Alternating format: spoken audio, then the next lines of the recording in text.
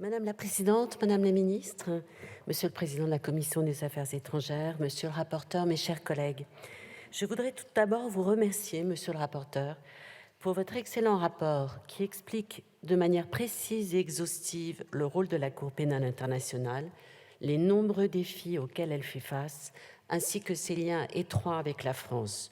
Ce rapport va ainsi bien au-delà des contours plus circonscrits du projet de loi sur lequel nous nous prononçons aujourd'hui et qui a pour objectif d'autoriser l'approbation de l'accord entre le gouvernement français et la Cour pénale internationale sur l'exécution des peines prononcées par la Cour. La France est un soutien historique de la Cour pénale internationale et elle s'engage de manière constante à ses côtés. Je reviendrai sur les propos de notre excellent président en conclusion, notamment dans la promotion de la coopération entre la Cour et les États membres, et les États parties, pardon. Elle est d'ailleurs l'un des États qui coopèrent le plus, avec en 2021 une trentaine de demandes d'entraide de la Cour pénale internationale instruites et une dizaine de demandes de coopération du pôle spécialisé du tribunal judiciaire de Paris transmises à la Cour. En vertu de l'accord qu'il nous est proposé d'approuver aujourd'hui, les personnes condamnées par la Cour pénale internationale pourront purger leur peine d'emprisonnement en France si la Cour le décide et si la France l'accepte.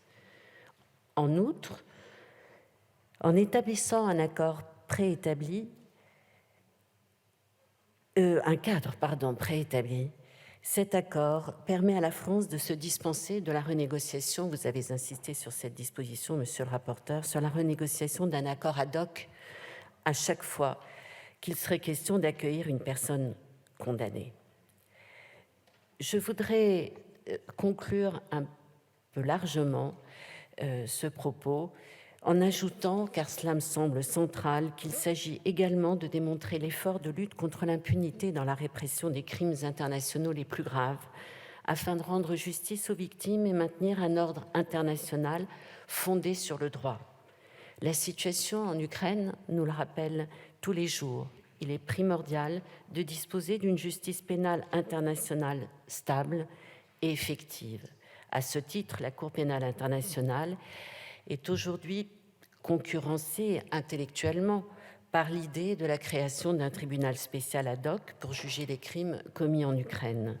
Pour certains, ce tribunal permettrait notamment de pouvoir agir plus vite que la Cour pénale internationale et de juger le crime d'agression sur lequel la Cour n'a pas compétence. Cela a été rappelé. Pour d'autres, la Cour pénale internationale a le mérite d'exister et de disposer des moyens nécessaires pour mener une enquête sur la situation en Ukraine, tout en étant plus à l'abri, peut-être, d'une instrumentalisation politique qu'un tribunal spécial.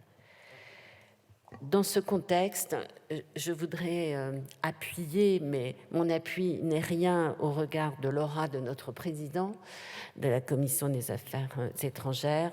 Je voudrais appuyer cette interpellation faite au gouvernement s'agissant de notre code de procédure pénale beaucoup trop restrictif en l'espèce. Il faut aller de l'avant, sinon nos propos sont vains et nous sommes heureux de pouvoir les prononcer, nous sommes heureux de pouvoir faire état de notre solidarité, mais si elle ne se traduit pas en actes juridiques, ce ne sont que des mots et ils ne peuvent satisfaire la demande des pays victimes et de toutes les victimes des crimes pour lesquels la Cour pénale internationale a compétence. Alors, plus modestement aujourd'hui, je ne peux qu'indiquer le soutien de notre groupe Modem et Apparentés s'agissant de l'approbation de ce projet de loi. Je vous remercie.